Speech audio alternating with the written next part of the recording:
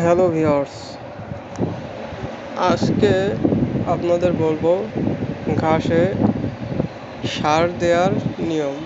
কতটুকু জমিতে কি পরিমাণ সার দিবেন এবং কি কি সার দিবেন এই নিয়ে আজকে বিস্তারিত আলোচনা করব। চলুন তার আগে গিয়ে আমার চ্যানেলটা একটু লাইক, কমেন্ট এবং সাবস্ক্রাইব করে দিয়ে আসুন। আর নতুন নতুন ভিডিও পেতে আমাদের সাথে থাকুন। বেল আইকনটি অন করে দিন। চারা রোপণের পর জমিতে পানি সেচ করতে হবে। তারপর ঘাসের চারা যখন এরকম হবে, মানে শিকড় গজিয়ে যাবে, তখন আপনারা সার প্রয়োগ করা শুরু করবেন।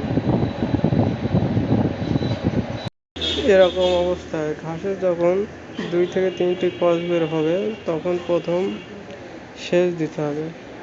সেচ দেওয়ার পরে চাপান সার দিতে হবে। চাপান বলতে ইউরিয়া সার, সালফেট এবং মাটি প্রতি কাঠায় 1 কেজি করে। এই যে সাদা এটা দেখতে পাচ্ছেন, এটা হচ্ছে ইউরিয়া সার।